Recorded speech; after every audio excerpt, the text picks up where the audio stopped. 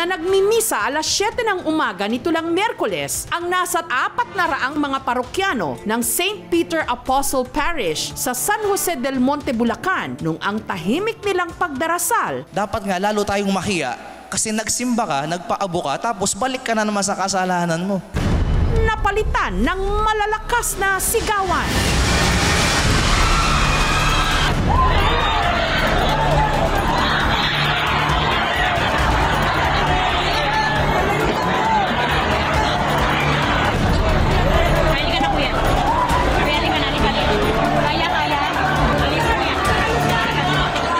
Sa mismong Ash Wednesday, ang bahagi ng ikalawang palapag ng simbahan, bumagsak!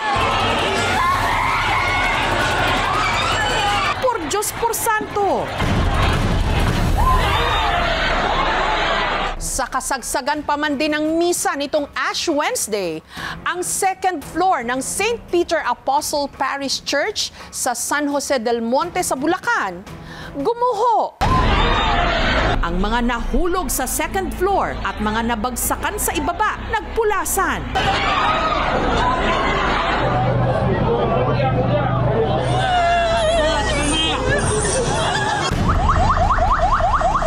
Agad namang rumesponde ang rescue team. 3 ambulance po, antimano ang pinadala natin, plus isang rescue truck.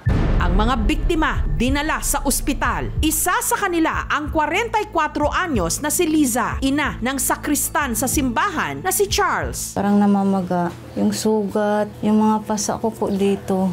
Dito sa may likod, mayroon din pong malaking pasa po dito. Saka dito po sa may tuhod, mga sugat ko po na natamo ko po kahapon. Yung tagiliran ko po, yun yung una kong sobrang sakit talaga naramdaman ko dito sa may waistline ko po. Pag-akyat namin sa taas, nung hindi pa po nag-start yung misa, pag-apak namin parang may nag-git-git po na naririnig. Pagkatapos ng paghumili na po, nagtayuan na po kami dahil pupunta na po kami sa lay minister dahil magpa-cross kami ng abo. Nung nakabalik na po ako sa upuan, parang seconds lang po, biglang nag-crack tapos nahulog na po kami doon sa baba.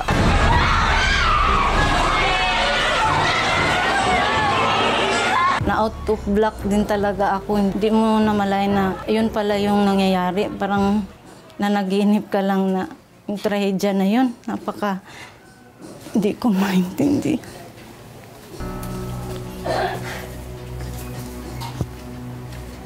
Parang napubiya na po ako.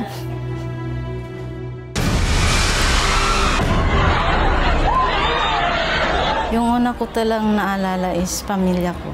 Yung iniisip ko na, wag naman sana akong anong mangyayari ko dahil may maliit pa po ako. Gusto pa po akong magpakabuhay. Kaya lagi akong sumisigaw talaga na, Lord, tulungan mo po kami, wag mo po kami pababayaan. Nung nakadilat na po yung mata ko, ang una ko talagang sinabi, thank you, Lord. Ang sabi po ng doktor is no fracture naman. Nalamog lang daw yung part ng katawan ni Mama and suggested na mag-cold compress na lang daw po kami. Tinuring ko po yun na second family po yung community na yun. Nadidismaya rin po ako sa sarili ko since lately po hindi po ako masyado nagsiserve. Sinisisi ko po yung sarili ko na baka sanction ko to. Sa ngayon, di pa po ako makagawa ng mga household. Wala akong masyadong tulog po kasi yung phobia na parang laging nagbalik-balik sa isip ko. Andyan ang kaba ko lagi. Mag-online mass muna kami as of now. Masasabi ko na parang moderate lang siya dahil a good thing na yung pagbagsak ng mezzanine ay slow down siya hindi siya biglang bumagsak. Pero sa mahigit 50 sugatan, isa ang sinawim palad. Ang ina ni Lourdes na dating choir member ng simbahan, ang 80 anyos na si Nanay Luneta. Tumawag yung anak ko na nasa Makati. Nakita niya sa Facebook na bumaksak yung parokya namin. Inaalam niya kung ako'y kasama o nagsimba ako. Nabunutan siya ng tinik na hindi ako kasama. Sabi niya sa akin, pakitingnan mo si Lola, baka si Lola ay nagsimba. Agad daw umuwi si Lourdes ng kanilang bahay. Nung hindi niya nadatna ng kanyang ina, doon na siya kinabahan. Kaya dumiretso siya sa simbahan. Meron daw dinala sa Tala, may dinala daw sa Brihino, may dinala daw sa Skyline, sa Grace, sa emergency. Hinanap namin. At dito na nga nakumpirma na kasama sa mga naaksidente ang kanilang ina. Sa ospital na naabutan ni Lourdes ang kanyang nanay Luneta. Nakakapagsalita, pas ang daing niya kaagad. Masakit ang tiyan niya, masakit ang ulo niya, masakit ang dibdib niya, at di siya makahinga. May pasa siya dito sa ulo. Meron siyang sugat dito sa paa. Nung tumagal na, wala, unti-unti na talagang hindi siya makahinga na. Nirevive na siya. Nakailang gamot hanggang sa bumigay na talaga. Nung ino-auscultate ko, actually, ang ganda naman nung air exchange niya. So, wala na ako maisip except talaga baka may cardiac problems. Pwede may nangyari sa loob because of the blunt trauma. Mukhang siya talaga yung nadagana na matindi. May plan ang Diyos na kaya nangyari yan. Hindi na niya siguro gustong mahirapan pa si mother.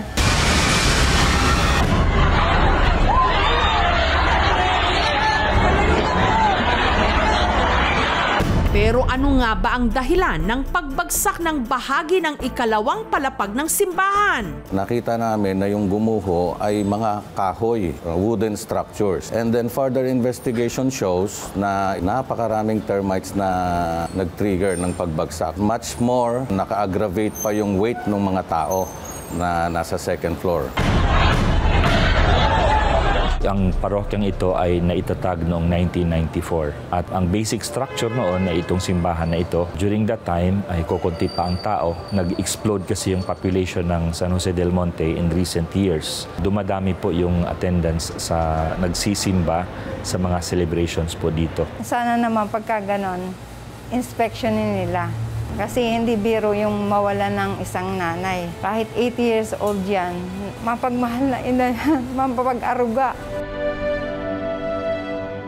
Ang lokal na pamahalaan ng San Jose del Monte sa Bulacan, sinagot naman na raw ang pagpapa-ospital ng mga biktima. Lahat naman sila was attended, nabigyan ng mga kaukulang first aid and na-discharge sila. Lahat nabigyan din natin ng mga medications. Wala naman tayong datos kung ilan mga simbahan ang nag-undergo ng renovation. Ang talaga makakapagsabi nito ang kanya-kanyang diocese. Sama nakakasakop yan sa mga parokya. Yung nangyari dun sa St. Peter, yan ay isolated case naman. Nag-create na kami ng task force na kung saan ay iikutan ang lahat ng simbahan. Na ito'y nabilang na namin, we have 47 na simbahan dito sa lungsod ng San Jose del Monte.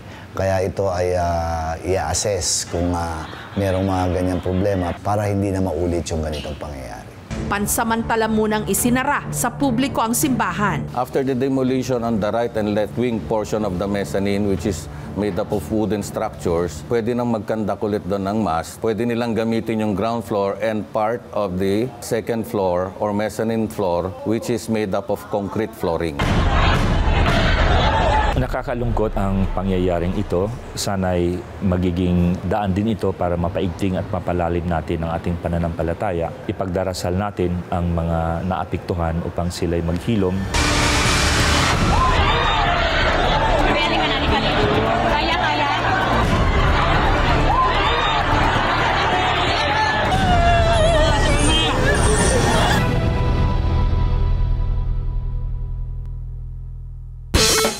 Sulok ngayon ng mga kalsada at eskinita. Sa mga pampublikong lugar pa, nagkalat sila. Parang ang May invasion, pakendeng-kendeng at aalog-alog sa bumbunan. Mga bibe hair clip.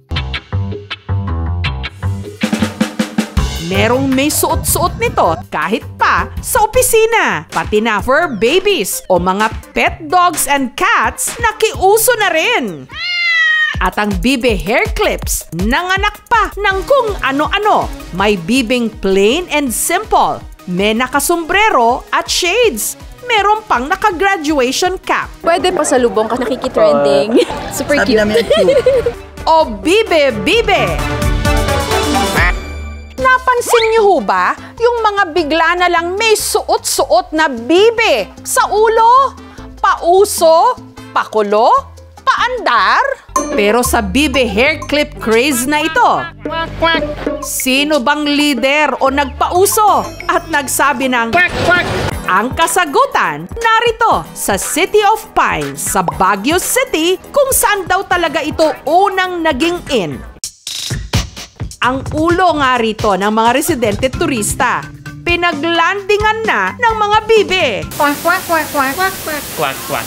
Kaliwat kanan din ang nagbebenta nito sa daan, sa palengke at sa park. 100 pesos kada 3 piraso. Ang naubos po namin nasa 500 ducks per day po. Saang planeta ba naman ang galing ito? Ang kanilang Bibe hair clips, imported daw talaga mula Taiwan at China. Pag pupunta ka dito, ang bibilhin mo is keychain, peanut brittle, strawberry jam. Pero ngayon po, siya yung naging pasalubong po na, kung meron kang bibe, galing ang Baguio. Ang sinasabing nagpauso raw nito ngayon, ang pabibe girl at cosplayer na si Shireen. Sa totoo lang daw, taong 2017 pa raw nung una nila itong ibenta. Nagsisimula po kaming mag-booth sa mga cosplay events. Lumabas po itong duck clip. Tapos naisipan namin na ibenta ulit sa cosplay convention. Sobrang daming bumili. Lahat ng pumunta sa convention, nakaklip din sila. We never expected na magiging ganito siya ka-viral. Nakakatuwa kasi minsan may makikita ka mga bruskong mga lalaki tapos kukunin nila itong mga clip. Hanggang ang Bibe hair clips napadpad hanggang Maynila. Nito ngang nakaraang Chinese New Year, sa dami ng mga nakabibe hair clips sa Binondo, aakalain mo ngang 2024, imbes na Year of the Dragon, Year of the Bibe? Pero sa lahat ng mga dumayo sa Chinatown, the fake is this, and this is the original. Agaw eksena ang isang ito. Imbes kasi na bibe clip ang isinuot, ang nasa kanyang ulo, isang buhay na sisiw sa hawla. Like yung mga sisiw nila sa akin original, 3D. Ang nasa video, si Abby. May nagtitindang sa lalaki na puro buhay na sisiw. Sabi niya, ayan ang ilagay mo sa ulo mo para kakaiba ka. Tapos ayun binili namin, parang ginawa naming hairband. Tapos ayun, hindi naman siya nalalaglag. Tuwa rin kami. Yung sa akin buhay, yung sa kanila parang peke. Peke talaga. Dahil nag-trending ang kanyang paandar, ang sisiw, pinangalanan niyang Trenny. Inuwi niya ito at ginawang pet. Trenny, I love you. Gusto ko siya yung makitang lumaki para makita ng mga tao, ayun yung nag-viral na sisiw, lumaki. Ginawan siya ng mga friends ko ng kulungan with ilaw na dilaw. Nilagyan siya ng parang kanin, tapos may tubigan siya. Tapos minsan nilalabas ko siya na hawak-hawak ko siya.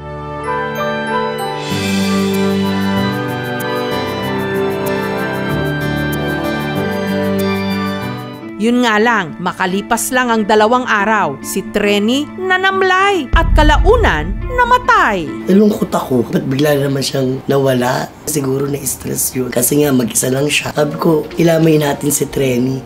May mga bisita kaming dumating. 2 days tapos ililibing na siya. Dahil sa sinapit ni Trenny, may ibang hindi natuwa. Kawawa naman yung sisiw. Sa akin lang, masyado siyang stress. Kawawa po yung sisiw.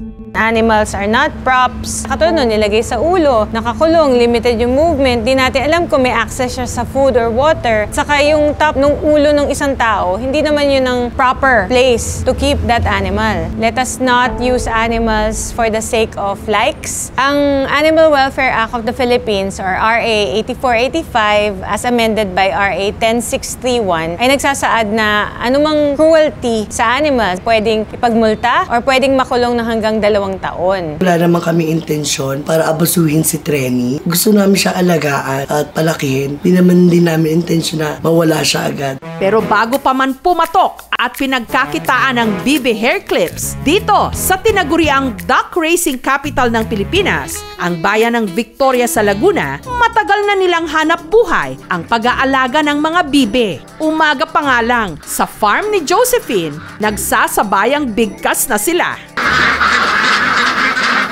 Naisip ng asawa ko dahil siya graduate ng agribusiness, nag-umpisa rin kami ng sarili naming hanap buhay. Dekada 80 raw nung naisip nilang wag nang magpabibi pa. Iniwan nila ang kani-kanilang mga trabaho para magnegosyo. Nagparami sila ng bibe. At ang mga itlog nito, isinusupply nila hanggang ngayon sa mga grocery at palengke. Mga late 90s na, sunod-sunod na yung malalakas na bagyo na wipe out yung buong farm namin. As in, kung mga 50,000 heads namatay. Sa awa ng Panginoong Hesus, ngayon, nakakabangon-bangon pa rin. Hanggang ang kanilang pagsisikap ng itlog ng swerte. Ngayon, meron na silang mga tindahan ng itlog sa Laguna at sa Maynila. Yung Peking duck, ito yung kinukuha sa amin ng mga restaurants na mga Koreans, mga Japanese, sinusuplayan namin yan. Na dito namin ginogrow sa farm namin. Nakapagpundar na rin daw sina Josephine ng bahay at lupa na pagtapos ang kanilang mga anak at nakapag-around the world pa. Nagtayo na rin sila ng mga restaurant kung saan ang specialty, fried cherry duck with salted egg. Nasasarap, hindi ka raw mabibitin. Ang lucky charm daw nila sa tagumpay nila sa buhay, ang kanilang rubber ducks na lagi raw nilang dala. Every country na pinupuntahan ko, nakakakita ako ng rubber duck, binibili ko as my collection. Tapos iba naman yung mga friends ko, binibigay nila sa akin as gift. O mga be, sa mga walang baby dyan, pili na! Nagkalat na ngayon ang mga pwede mong maging bibe!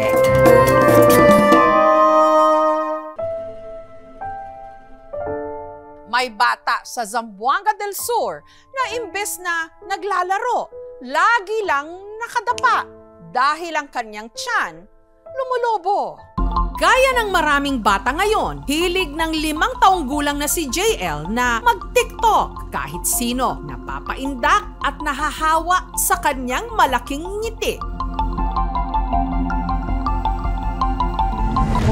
Pero si JL, sa mga nakalipas na buwan, unti-unti nang tumigil sa pagsasayaw. Ang dati maingay nilang bahay, balot na ngayon ng nakabibinging katahimikan. Ang tunog na malimit ngayon ditong marinig, ang mayat-mayang pagpukpok sa kanyang tiyan.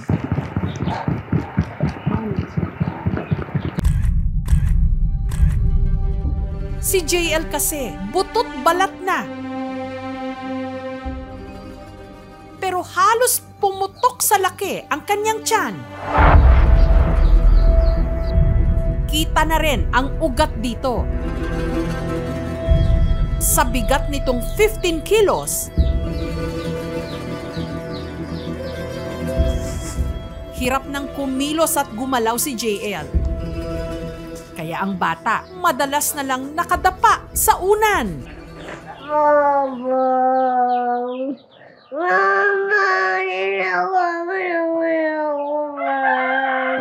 Para guminhawa ang kanyang pakiramdam at mawala ang kabag o hangin ang kanyang tiyan, mayat-mayang pinupukpok. Nakakatulong po ito kay JL para po mas maginhawa po siya. Pero madadaan nga lang ba sa pagpukpok sa kanyang tiyan ang kanyang dinadala?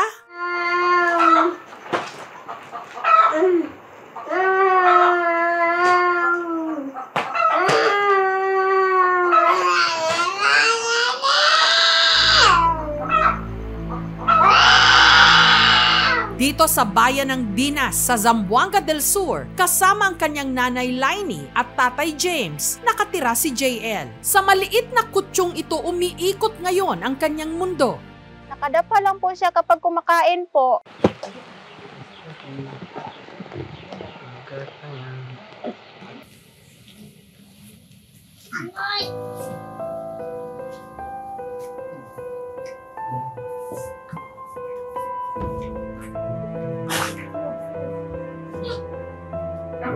Balik-baliguan po namin siya.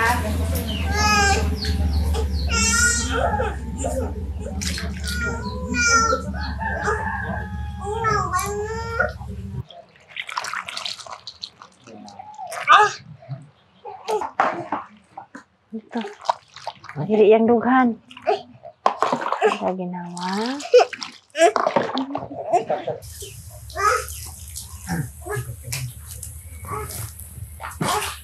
Lang, be.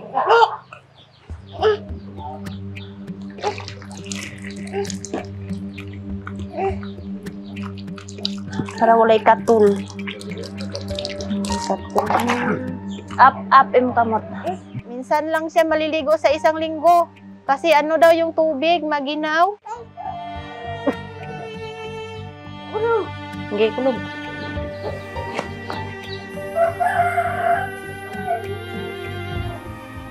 Tagaig makaon lang. nabalintunaan na malaki ang kanyang tiyan pero pirmi siyang gutom. Nung baby pa po kasi si James, wala po siyang ulam. Minsan po, wala po kaming makain. Si JL, hindi na rin nakapag-aral. Mama, hanggang kailan po ako maging ganito? Sino na po daw mag-alaga sa kanya kapag matanda na po daw kami? Minsan, pasabi po kami sa Panginoon, ano bang kasalanan namin? Bakit nagkaganito po yung anak namin? Ano bang kasalanan namin? Bakit kami, pinaparusahan po? Natatakot po kami na baka mawala po siya sa amin. Pati man ako si James, kaon, painom tubig, o hinawan og dok-dok siyang tiyan. Himing ako sa akong manghod. Patungwa pa siya sakit, kadula-dula pa may. Isip pamahal niya, patiging paita nga, mong anak, yung anak. Mahal na mahal po namin yung anak namin. Bilang isang nanay po, hindi po akong gawin lahat po, pong dapat makaya namin. Si JL, madalas na lang tambay ngayon sa pintuan. Sa ganitong paraan na lang daw niya kasi kahit papaano nasisilayan ng mundo sa labas. Pagsapit ng gabi, hirap din siya sa pagtulog, pirming nakadapa.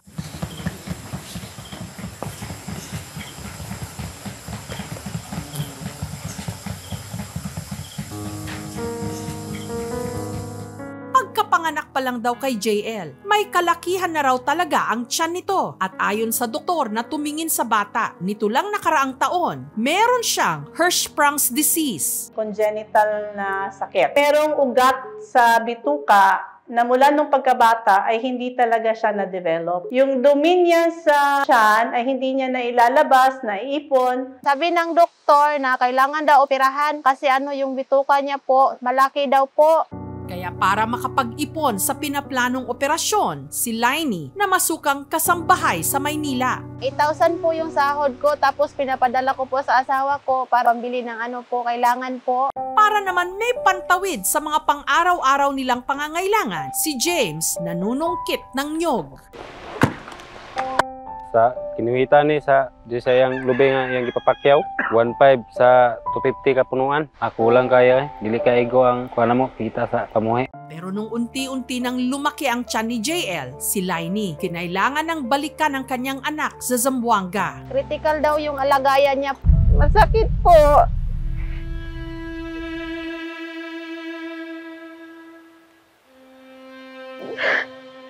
Kasi po nagsisisi po ako kung bakit iniwan ko po yung anak ko.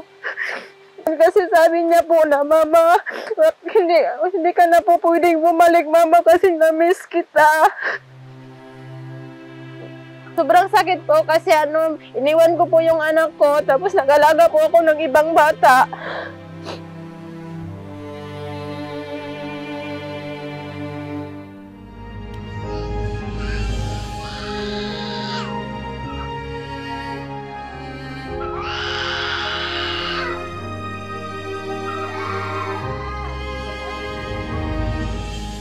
Nitong Huwebes, pinuntahan na mga kawani ng Rural Health Unit ng DINAS si JL. Mineasure po natin yung sa may mid-upper arm circumference niya. Yun dapat po, nasa 13 centimeters yung sukat ng dito sa kamay.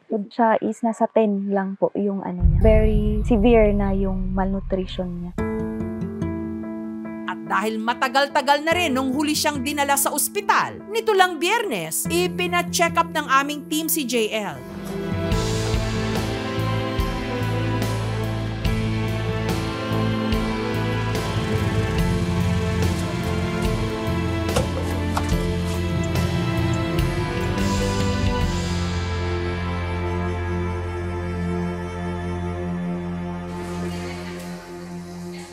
In-x-ray siya at in-ultrasound. Napupuno siya ng mga kinakain ng pasyente at hangin. Sa x-ray, sobrang laki na po ng bituka niya. Kalahati ng tiyan niya, hangin ang laman, tapos sa bandang ibaba naman, napupuno na ng dumi na hindi pa nakakalabas.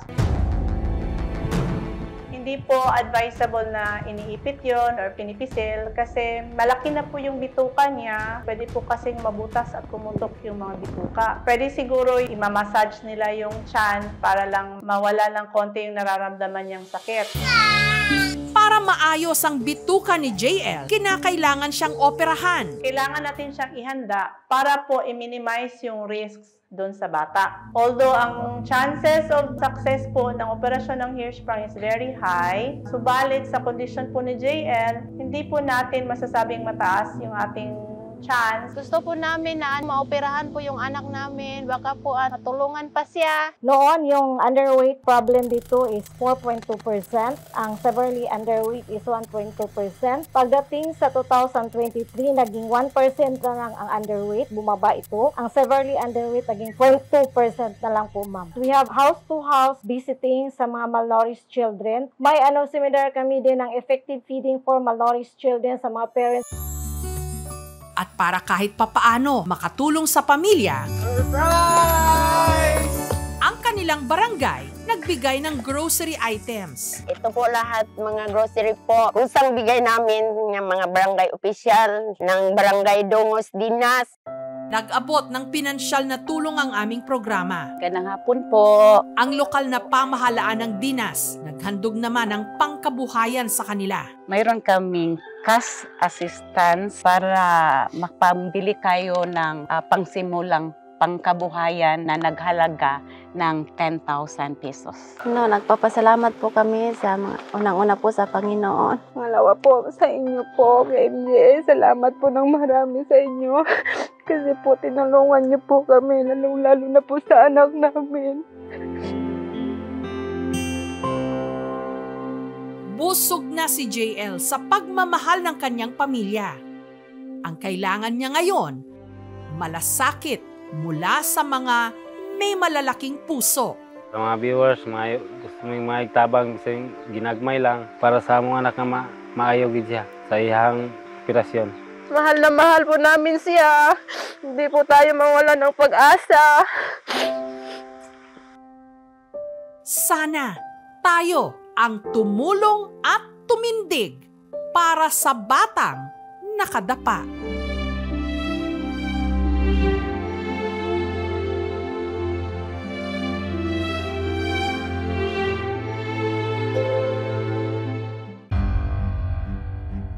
Sa isang liblib na bayan sa Davao Occidental, may buntis na di manoy nagluwal, hindi ng sanggol kundi ahas. Ang ahas may kakayahan daw matikman ang kemikal sa hangin sa pamamagitan ng kanyang dila. Matutunugan naman kaya nito? Ang balitang nagsasalin-salin ngayon sa iba't ibang mga dila sa bulubunduking barangay ng Marabatuan sa Jose Abad Santos sa Davao Occidental. Na dito may isa raw babae na nanganak daw ng ahas. Hala, may mata! Nanganak si Auntie Day, bitin ang nigawas, tas ang bata napa sa sulod sa iyang tiyan. Ahas ang pinanganak mo? Ikan siyang inahan gawas ang bitin. Puro magyud sa bitin. Siguro rin ako kay nakitaan jud sa akong duha ka mata. Ingon ko kay kambal sa akong anak. Yellow green na ay liog, na ay ulo, na ay mata. Grabe paglisod. Hilak. Tingala ko kay upat pa ka bulan nganong migawas man. Pud ko'y mahikap diri sa ako ang kung nitungtong siya siyam ka bulan. Maunay pagtuo nila nga maunay iyang kambal ng kanang bitin. Ito na nga ba ang kauna-unahang kumpirmadong kaso ng kambal ahas?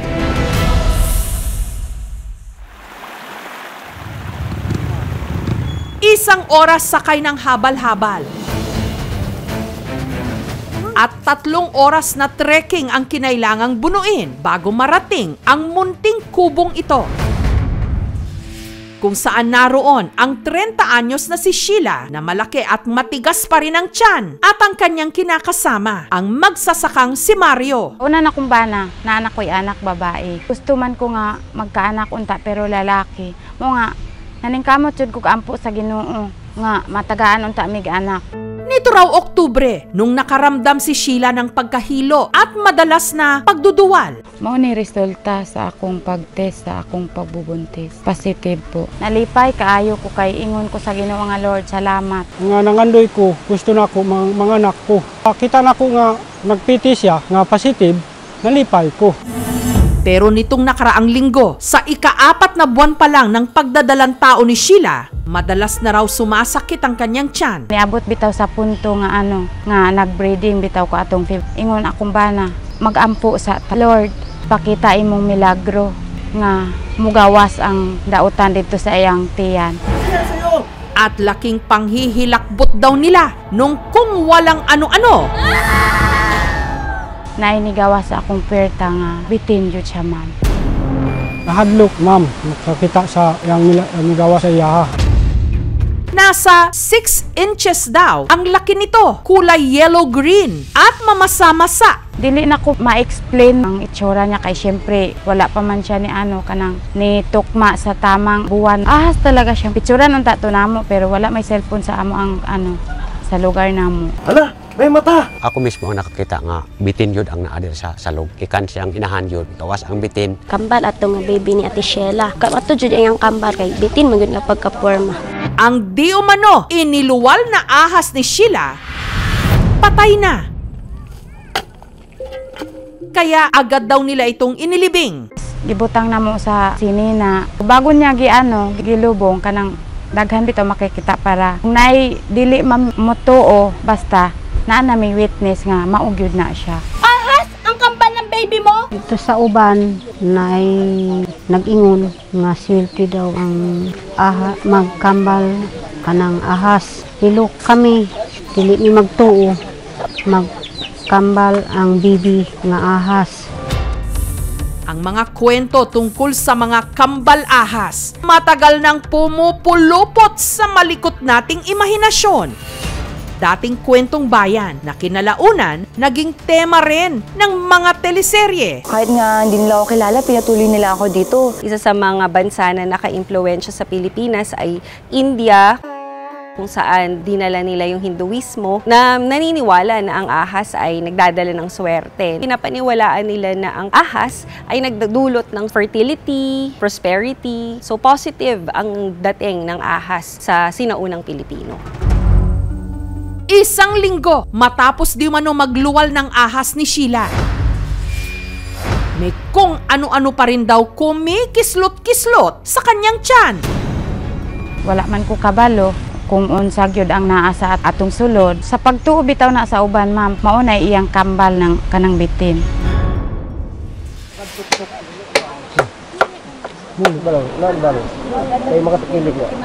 Tungod sa kalisod sa among dalan, tungod sa kalisod sa akong misis, ang ilang gigamit duyan pero sako, tapos kahoy ang ilang gialsahan sa akong misis. Sinamahan sila ng aming team na bumaba ng bundok.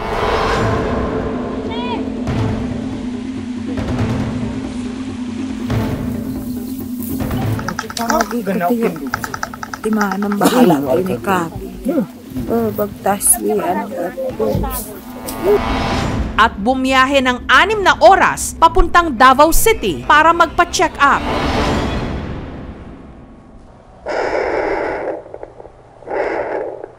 Sa fetal Doppler ko, hindi ko narinig yung heartbeat niya. I request ultrasound. Ano kaya ang makikita sa ultrasound ni Sheila? Sanggol nga ba ito? Anak ko, sakit? Sakit? Bitin ang akong nakita. Ngayon nahadlok ko. Asa naman to? Nilubong na ako, kaya nahadlok ko na siya. Dako kaayo. Gamay. Daghan nga makakatuo nga, bitin dito siya, ma'am. Abangan mamaya, babae mula sa Jose Abad Santos sa Davao Occidental. Nanganak di umano ng ahas. Nainigawa sa akong perta nga, bitin jud siya, ma'am. Para patunayang nagluwal talaga si Sheila ng ahas, hinukay pa ni Mario ang pinaglibingan nila rito. Adiri, mamo. Mauni ang akong giputos nga bitin. Anak ko, sakit? Sakit? Bitin ang akong nakita.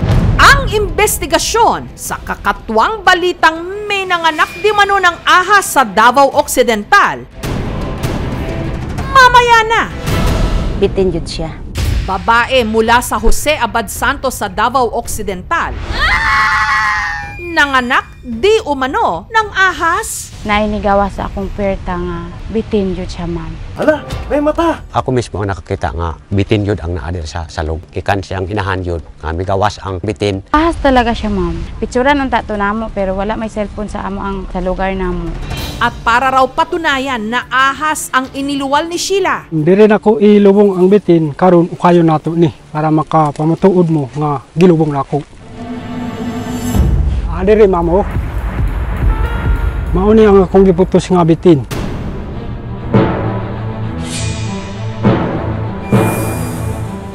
Oh, kita mo.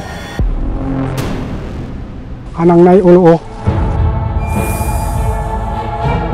Ano ang liog, ano yung lawas. Tungod sa kadugay, sa kana kasimana ang kadugay ani. Walang buto? Ambot lang. Wala. Bisan pa ang ulo sa kuan, sa porma niya, bitin yun. Di yun malalis bitin. Bitin jud siya. Ang iniliwal di manong ahas ni Sheila, suspetsa nilang kakambal ng di umano sanggol na naroon pa rin sa sinapupunan ni Sheila. Pud ko'y mahikap diri sa ako ang ano. Sa pagtuo bitaw na sa uban, ma'am, maunay iyang kambal ng kanang bitin. Para malaman kung ano ba talaga ang nasa tiyan ni Sheila, ipina-check up namin siya. Sa fetal Doppler ko, hindi ko narinig yung heartbeat niya. Kaya, I request ultrasound. Sumailalim si Sheila sa tinatawag na transvaginal at transabdominal ultrasound. Ang nakita, hindi, ulitin ko po, hindi ahas, hindi rin sanggol, kundi isang malaking bukol na tumubo sa ovaryo ni Sheila. Malaki na rin yung bukol It's around 12 by 13 by 8 cm. Ang possibility na pwede siyang maging cancer is mataas. Ang recommendation sa kay Sheila is to get her into surgery para malaman natin kung anong klaseng bukol yung tumubo sa kanya. Nganong nahilak man ka kay dili ka makatuo nga dili ka buntis? Sige lang, try and try lang. Chance pa, Dok, na magbuntis siya? Oo naman, kasi she's 30-year-old. Tapos nanganak na siya before.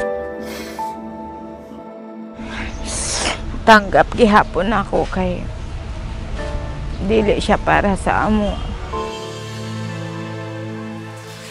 Pero kung hindi totoong buntis si Sheila, paanong nag-positive siya sa pregnancy test?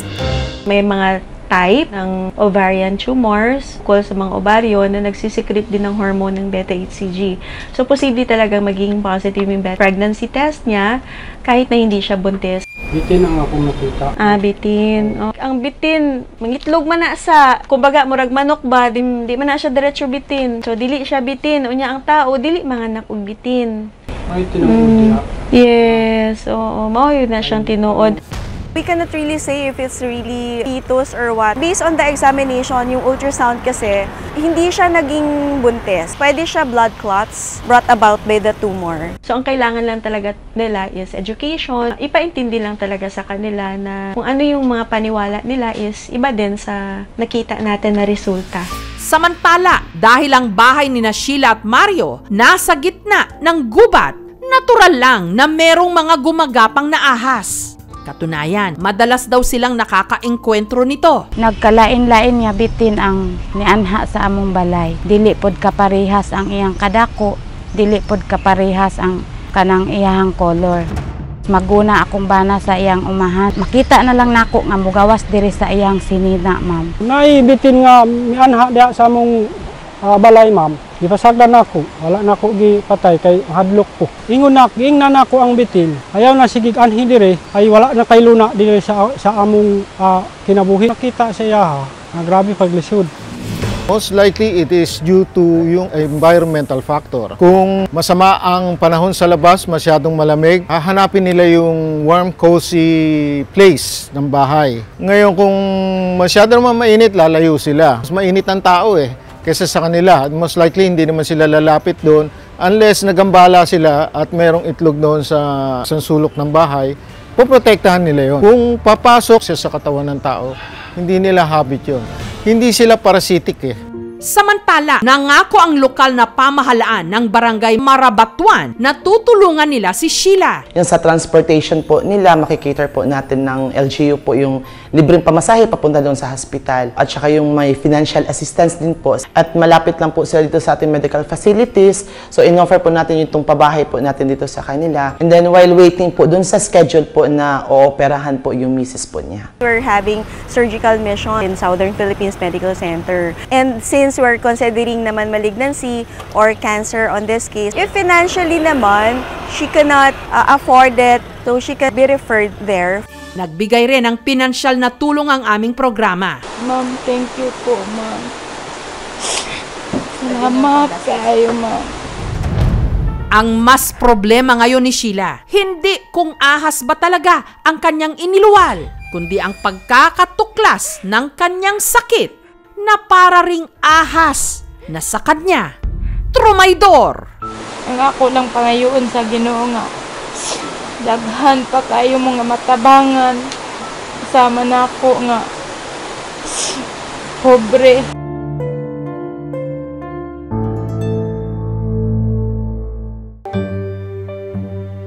Nasa dapit hapon na ng kanyang buhay si Tatay Fernando. Pero bago pa man mahuli ang lahat, gusto niyang malinawan kung totoo nga ba ang mga kumalat na kwento na nagkaroon daw siya ng anak sa dati niyang nakarelasyon. Nasa banig na ng karamdaman ang 83 anyos na si Tatay Fernando. Bukod sa kanyang sakit sa bato, may sakit din siya sa puso. Hirap na rin siyang dumilat.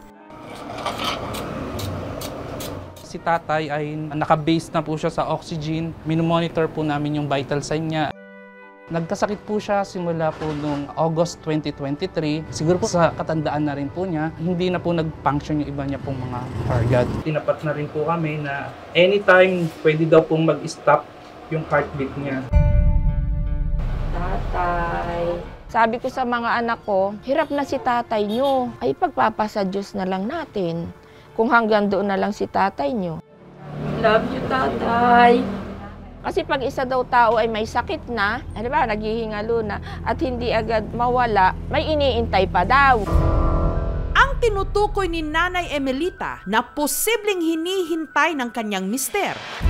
Ang matagal ng kwento-kwento na anak di umano ni Tatay Fernando sa una nitong asawa. Wala akong kaalam-alam na may lihim pala siya. Ni Katiting, wala man lang siyang nasasabi sa akin. Kung sakaling may anak pa ngang iba si Tatay Fernando, makikilala pa nga ba niya ito bago mahuli ang lahat?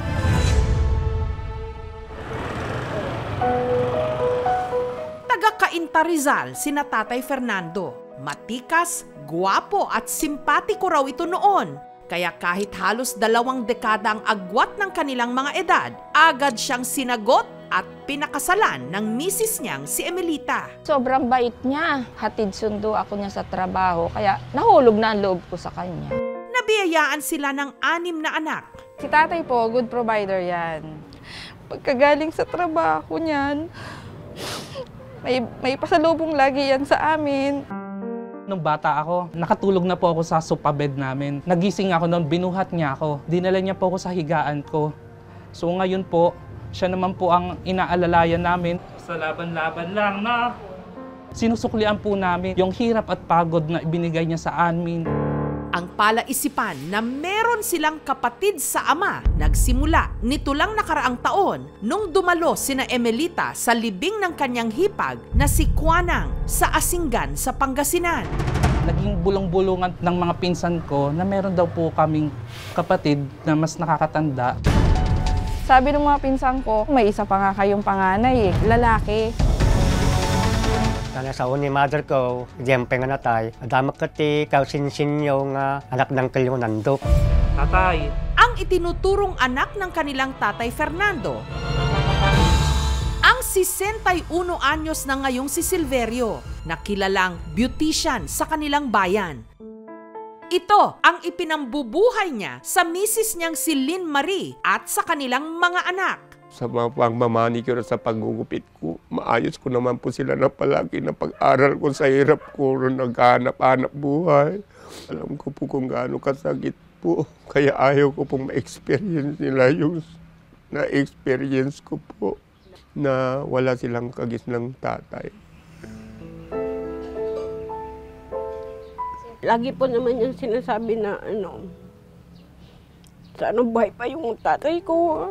Matagal na pala isipan daw kay Silverio ang pagkatao ng kanyang ama. Tikom daw kasi ang bibig ng kanyang nanay Loretta hanggang namatay ito taong 2004. Hanggang isang araw, naging customer ni Silverio si Tia Quanang na buhay pa noon. Ikaw ba yung anak ni Loretta? Oo, Nay. Ikaw pala yung anak ni Nando. Nung siniservisan ko po sila, sabi ni Lola Quanang, ikaw ang anak ni Lando. Nung kinasal sila, Loretta, kayong kapatid ko, hindi naman din po ako naniniwala kasi sinasabi na sa akin ni nanay ko na wala na daw akong tatay, matagal na pong patay. Salamat, anak, ha? Opo. Inaako nila akong kamag-anak, malapit ako sa iyo. Dekada 50 raw nung nagkakilala sina Fernando at Loretta sa probinsya ng Isabela.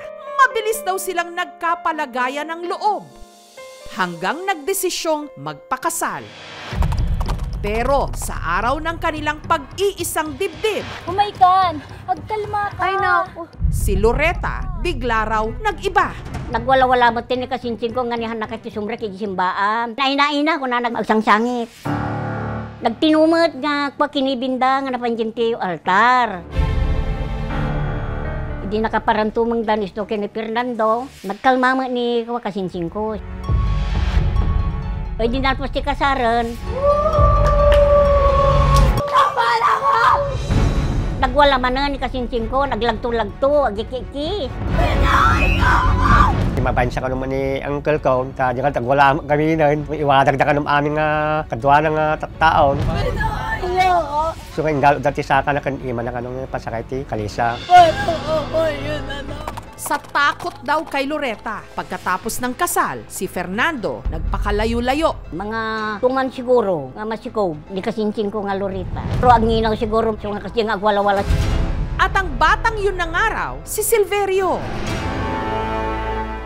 Sa lamay ni Tia Quanang, pumunta si Silverio at sa hindi inaasahang pagkakataon, nag-cruise ang landas nila ni na Emelita. Nung nakita ko siya, sabi ko, bakit parang katulad na katulad ito ni Mr. ko? Kamukha nga nung anak ko, yung si Gilbert. Parang may lukso rin ng dugo. Nung tinanong ko siya, ilang ka ng taon? 60 po. Tapos sabi ko, ako 66, ikaw 60. So matanda lang ako ng 6 na taon. Ako po yung asawa ni Tatay Fernando mong pangalawa. Hindi nagyakapan po kami, tumitindig yung mga balahibo ko. Doon na ipinagtapat ni Silverio kay Emelita na minsan na rin pala silang nagkita. 2013, na-meet pala niya kami ng mister ko doon sa Burol. Kasi singer siya eh. Ante, alam mo, nag-bless ako sa iyo. Pero nung makapag-bless ako kay tatay, ako ay umiyak na nang umiyak sa isang tabi. Bakit hindi ka nagsabi na ikaw ay anak pala? Natatakot po ako, ante, baka hindi niyo ako tanggapin. Masakit din pala dito sa dibdib yung nararamdaman mo na gusto kong makapiling yung tatay ko. Wala pong nangyari kasi nahiya po ako kasi yun nga pong nasa isip ko, baka hindi nila ako matanggap. Buhay ko.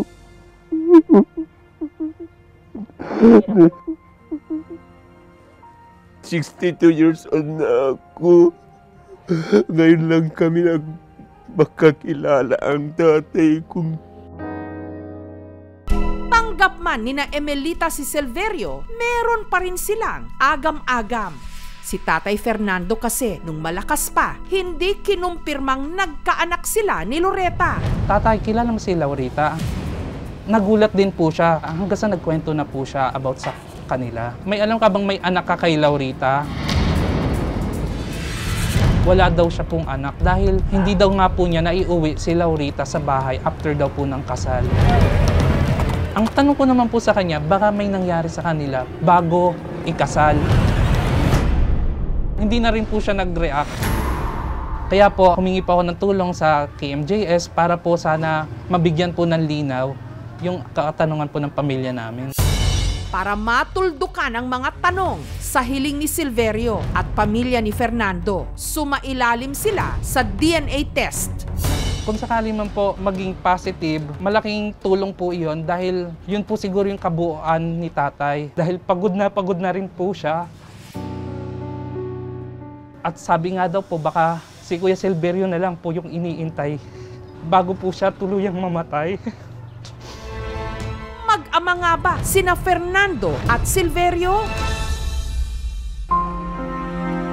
Bago ang resulta ng DNA, dahil mahalaga ang bawat oras, pinuntahan na agad ni Silverio sa Rizal nang hinihinala ng marami na kanyang ama para makita ito at makausap.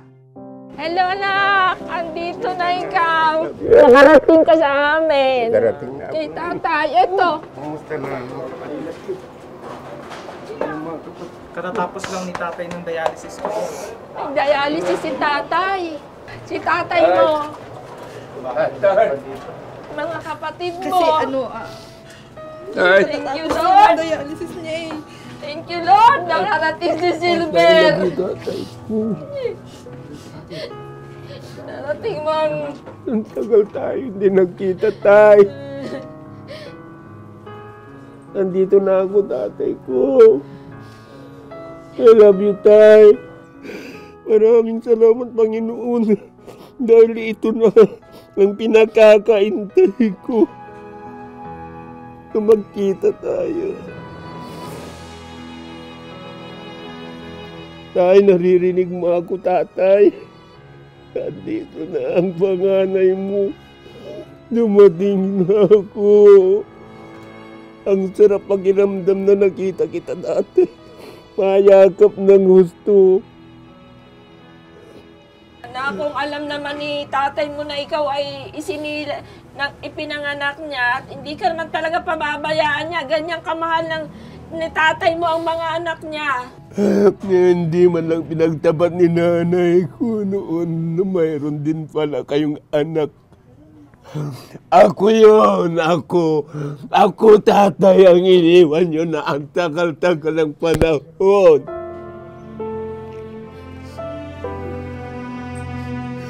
Dahil nandito ako, tingnan mo naman ako, tatay. Tatay! Tay. Tatay! Tatay! Mulat mo yung matampa.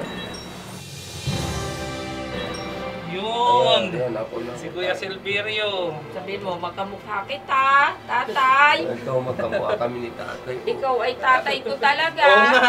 Isang mukha. Malakas man ang kutob nilang mag-ama sila, sa huli ang makapagsasabi pa rin ng katotohanan ang DNA test. At kahapon lang, lumabas na ang resulta. Sa DNA test na isinagawa kay Tatay Fernando at kay Silverio, ang probability of paternity ay 0%. Hindi po si Fernando ang biological father ni Silverio. Kahit negative pong aming DNA, mahal ko pa rin dahil wala po akong ama. Sina lang po ituturing kong tatay ko. Wala rin din po ako kapatid at sila na rin po ang aking mga kapatid. Maraming salamat po dahil kahit papaano po, pinagtagpo mo kami na kahit hindi ko sila kaano-ano.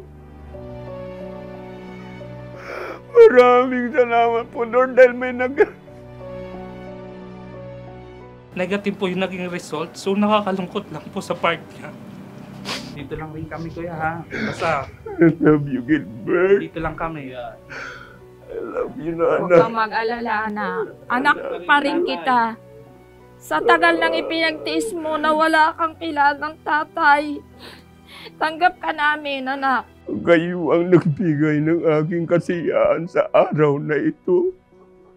Dahil ang sarap yung magmahal ng magkakapatid. may nanay, may tatay, kumpleto kayo. Nanawagan po ako kung nabubuhay ka pa. Sana, tatay, magparamdam ka sa akin. Dahil ako pinangungulila at naghahanap ng tunay na ama. Kahit pala isipan pa rin magpahanggang ngayon, kay Silverio ang tunay niyang ama, ipinagpapasalamat na lang daw niya. Embrace tayong lahat. Na sa pangyayaring ito, nakatagpo siya ng mga tao na itinuturing siyang higit pa sa tunay na kadugo.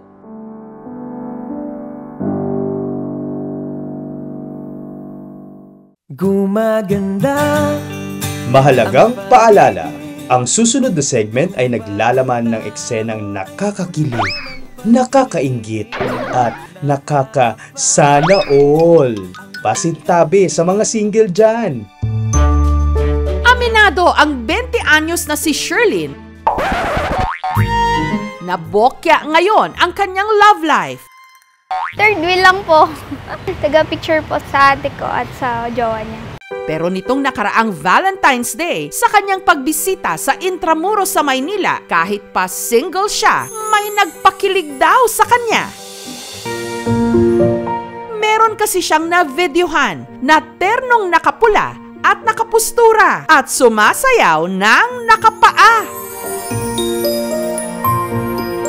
Si nanay may dala pang una na hugis puso at bouquet ng flowers. Gumaganda ang paligid. This love is genuine. Hala, may ganito pa pala? Kung di tayo ganito, wag na lang. Sino ang dalawang magsing-irog sa video na parang relationship goals? Okay, gandang isipin ang isang mundong puno ng pag-ibig. Dito sa Makati City nakatira ang dalawa. Ang 59 anyos na si Avelina at ang 64 anyos niyang mister na si Romel. Hoy, hindi nyo pa alam. Viral na kayo sa TikTok. Anong viral? Wala naman kaming TikTok. May nag-post. Naku, pinagkakaguluhan na nga kayo. Hindi na kami nakatulog. At dito na pag-alaman na ang kasayaw ni Avelina na si Romel, hindi na pala nakakakita.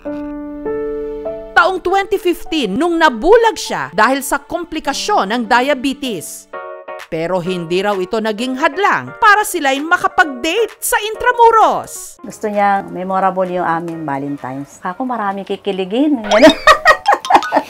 Mawala man kami sa mundo, meron kaming makikita, may iwan.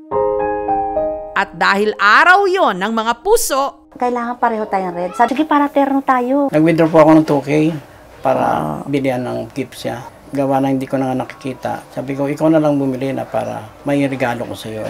Parang isang bulaklak na kay ganda na inabot mo sa iyong sinisinta. Ang binili po namin ay yung heart saka flowers. Yung heart, hawakan ko. Yung flowers naman, ibibigay niya sa akin. Nag-arkila po kami ng kalesa. Ayan guys, si Romel, walang kapagurang namasyal kahit nakabaston. Hello guys, happy Valentine's sa inyo. Habang si Avelina, nag-FB live pa. Kasi may dala pa kaming tela na panglatag doon. Tapos yung mga petals ng rose, yun ang inilagay ko doon po. Kinalat ko po siya sa Parang nag-set up ako doon. Dinala ko na siya. Kung tayo ay magsasapatos, parang ang hirap. Baka pumulupot ang tela sa atin. Matumba tayo. Sasayaw tayong nakapaa. Gumaganda ang paligid kung bawat tao ay puno ng pag-ibig.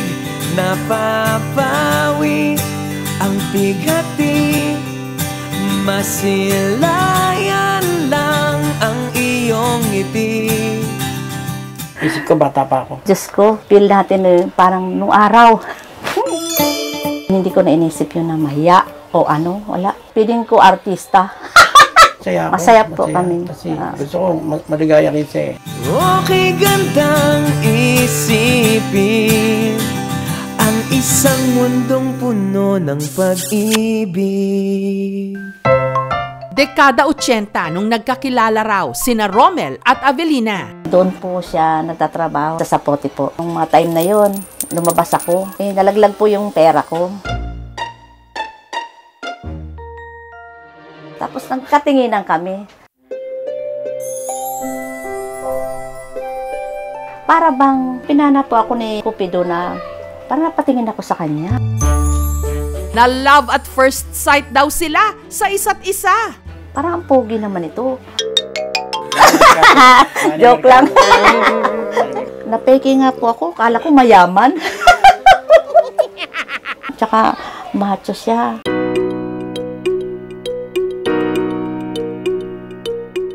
Gandahan ako sa kanya. Pinaghalong Lani Mercado kasi ano ito eh. Marian Rivera nung araw. Hindi binigay ko yung number ko, siyempre. Tawagan mo ako. Wala pa naman cellphone po noon. Mahalin pa ang cellphone noon. Yung 3.25 ko na inulugan. Yung 25 centavos. Hello? Tawagan ako. Yun, pinakausap ko. Tumatawag na siya lagi. Lagi ako maraming barya. Hulog ako na hulog para tumagal ang usap namin. Paano yung higa niya? Magkatabi ba? Ay, hindi po. Dito ako, tapos diyan siya. Pagka nagkakalabitan na lang. Kumakalabit pa kayo sa'yo? Kumakalabit pa tayo. Siyempre, tawa tayo. Ang paborito nilang date noon, magdisco. Every Friday po, pag-uwi niya, minsan, punta kami doon kasi magsasayaw kami. Talagang happy kami talaga doon. Pero si Avelina, meron palang sikreto. Nahiya ako sa kanya, pero sabi ko, malalaman niya rin, sasabihin ko rin. Pag na-inlove na siya sa akin talaga, sabi ko, pag talagang kami na, hindi ko muna pinagtapat yun. May mga anak ako. Taong 2002, sina Avelina at Romel nagdesisyong magpakasal.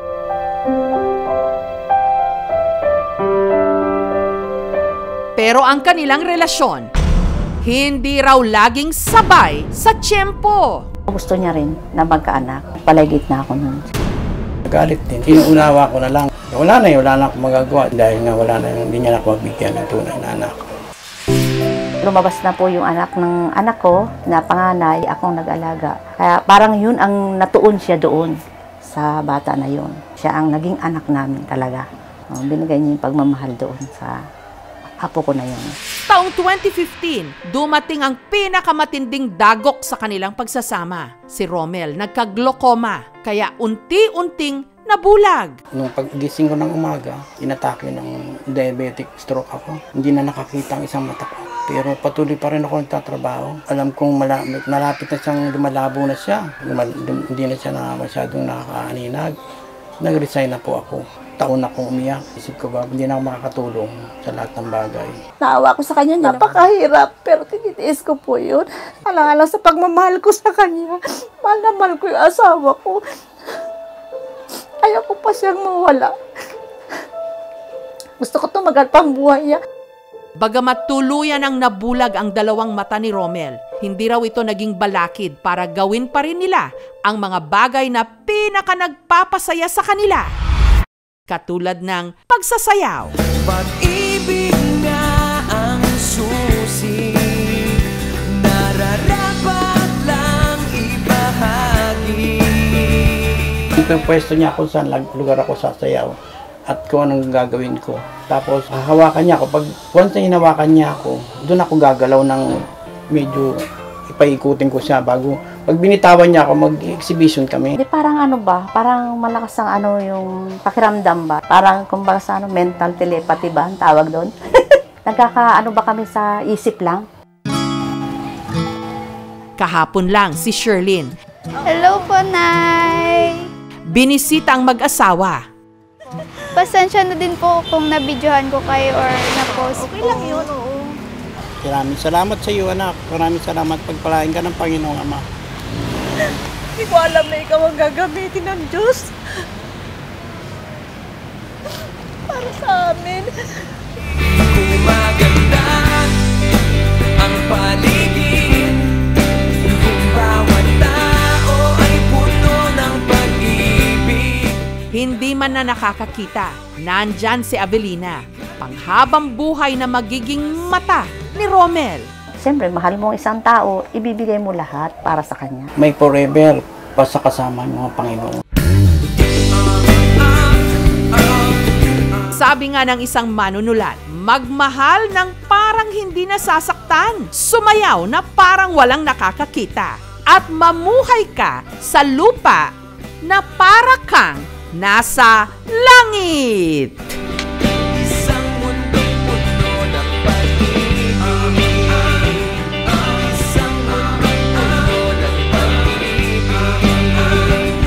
Isang mundong puno ng pag-ibig.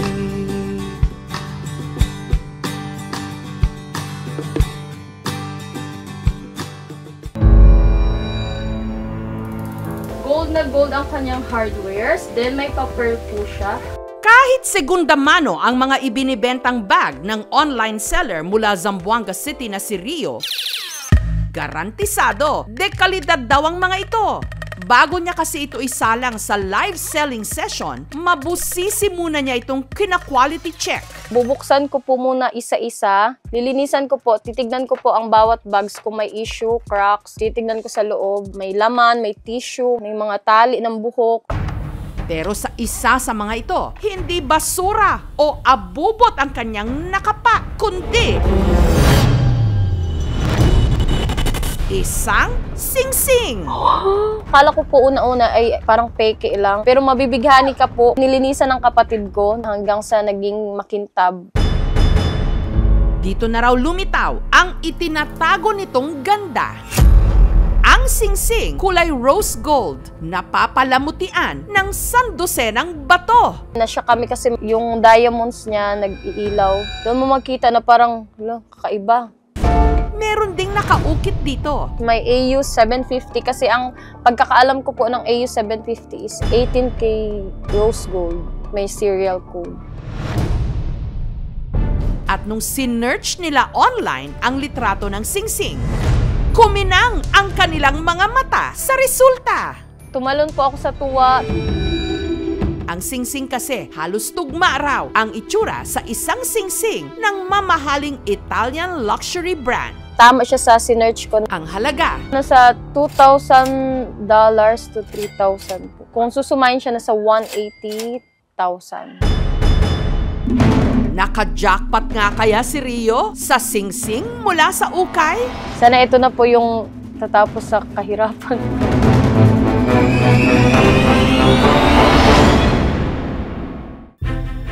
Ang bag kung saan nakuha ni Rio ang singsing galing daw sa idineliver sa kanyang kahong-kahong ukay-ukay na inaangkat pa sa ibang bansa ng kanyang supplier mula Cagayan. Ang laman ng isang box nasa 40, minsan 30 plus na bags. Ang isang box po kasi nasa 7,200. Kapag pinalad, nakabibenta siya ng isang box ng segunda mano bag sa live selling. Matutubo ko po nasa 1.5 sa isang box. And then may zipper siya sa loob. Ang kita niya sa pagbebenta ng ukay at ang sweldo ng kanyang mister na kawani ng Philippine Navy, pinagkakasya nila sa pangangailangan ng 3 nilang mga anak. Mahirap po. Opo, although yung mister mo may trabaho, pero kulang pa rin. Loan dito, loan doon. Minsan naabot kami sa sasangla kami ng ATM. Dagdag pa raw sa kanilang isipin ang bunso nilang si Sundro na may sakit sa baga. Suka siya ng suka ng dugo, para na siyang lantang gulay. Akala ko pa mawawala siya sa amin, pero ginagawa ko lahat. Para magkabaon-baon na sa utang. Ang gamutan niya minsan umaabot ng 2K monthly. Ayan, ito siya, 180 na lang to mga madam.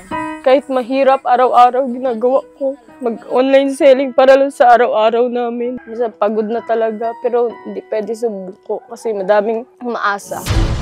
Kaya may kumislap na pag-asa sa mga mata ni Rio nung nakita niya ang singsing. Sana ito na po yung pinagdadasal ko na maging ginhawa yung buhay. Pinost ko din siya sa Facebook. Madami din po nag-comment, mahal daw po iyan.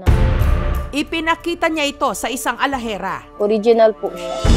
At ang mga batong nakapalamuti rito, kinumpirma niyang isang klase raw ng diamonds. Isa siyang Russian diamond. Wala pa po sinabing presyo. Pero sa tingin po nila, mahal po yung ganyan kasi may brand. Nasa $2,000 to $3,000 po. Para makasiguro, ang singsing ipinasuri ng aming team sa isang jeweler.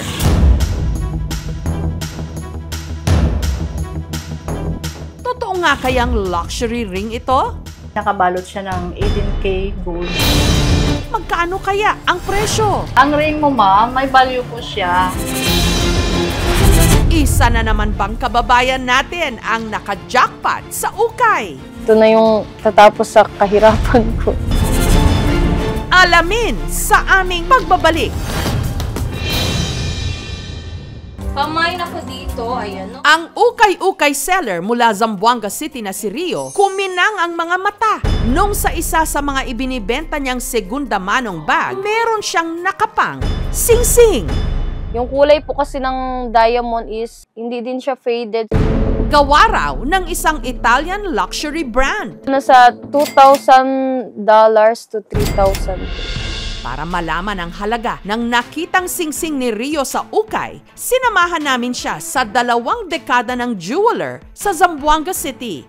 Ang singsing, kiniskis sa bato at saka pinataka ng asido. Nakabalot siya ng 18K gold. Pero sa katagalan kasi, luma na yung item. Na-tarnish na rin yung gold na nasa labas. Coated lang siya. Hindi siya pure sa loob. Sa labas lang yung gold niya.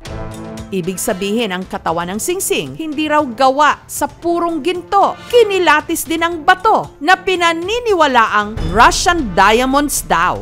I-try natin sa diamond tester, ma'am, yung stone mo. Kasi pag totoong diamond siya, yung red is aabot talaga dito. Pero pag hindi siya diamond, hanggang dito lang talaga siya. At nung ginamitan na nga ito ng tester,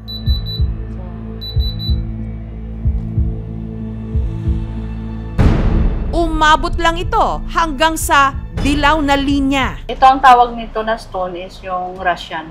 Russian stone. Oo. So, ordinary stone lang siya na ginagamit. Kasi pag diamond siya, isasample ko sa iyo ha, yung real diamond, pares nito, aabot talaga yan ng red. Magre-red talaga yan siya. Yan ang real diamond. Ang tanong, may halaga pa ba ang batong ito gaya ng tunay na diamonds? Yes, may value itong ring mo. Pero hindi lang siya kasing mahal ng tunay na diamond. Ang singsing na hawak ni Rio, tinatayang nasa 1,500 hanggang 4,200 raw ang presyo. Ang mga litrato ng singsing ni Rio, pinatignan rin namin sa eksperto sa mga mamahaling alahas. Hindi natin makikita sa photo lang kung legitimate ang piece o hindi. Kailangan ito dumaan sa maraming testing. Unang-unang tinitingnan natin sa luxury item is it's thoughtfully designed. Pangalawa is high quality, the best or the finest materials ang ginagamit dito. Aring ito ay copycat lamang ng design ng luxury brand na yon. Pag may gustong bibili, bibigay ko po kahit magkano. Pero ngayon, keep ko na lang muna siya. Dismayado siyempre si Rio na hindi ito ang inasahan niyang presyo ng natagpuan niyang singsing sa ukay.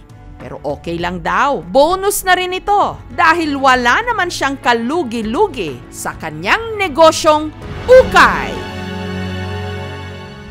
Thank you so much mga kapuso. Kung nagustuhan niyo po ang videong ito, subscribe na sa GMA Public Affairs YouTube channel. Don't forget to hit the bell button for our latest updates.